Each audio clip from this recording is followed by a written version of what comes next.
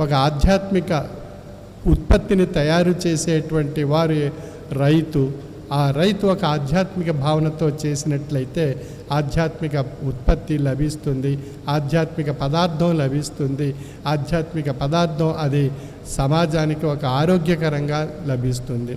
కాబట్టి అటువంటి భావనతో కూడినటువంటి స్థితిని కలిగించడానికే ఆధ్యాత్మిక వ్యవసాయము అని చెప్పటం జరుగుతుంది.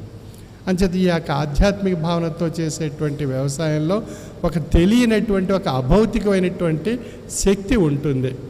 మనం సాధారణంగా మన బయటికి కనిపించే శక్తినే, బయటికి కనిపించేటువంటి విషయాన్నే మనం ఆసరాగా తీసుకుంటున్నాం, స్వీకరిస్తున్నాం.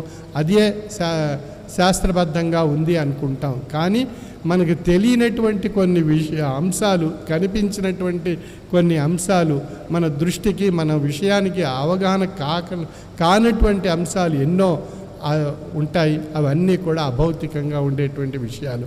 కాబట్టి ఒక ఆధ్యాత్మిక స్ఫూర్తితో, ప్రేరణతో చేసేటువంటి పనిలో వచ్చేటువంటి ఆ ఫలితం యొక్క శక్తి ఎంతో మహోన్నతమైనటువంటి ఉత్పత్తిని మనకు కలిగిస్తుంది ఆ పదార్థం ద్వారా.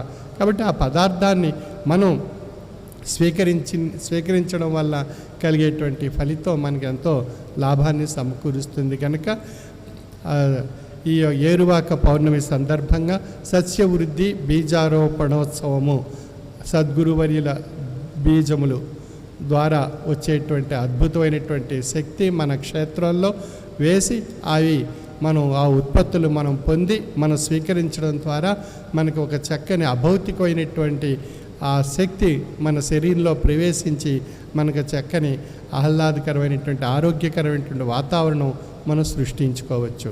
కాబట్టి ఇది ఆధ్యాత్మిక వ్యవసాయాన్ని రైతులకు అలవరుచుకునేటువంటి విధానం దృష్టిలో పెట్టుకొని ఏరువాక పౌర్ణమి సందర్భంగా ఈ రోజున ప్రత్యేకించి రైతులకు ఆ యొక్క సద్గురువర్యుల బీజాలను వారికి అందజేయడం జరుగుతుంది.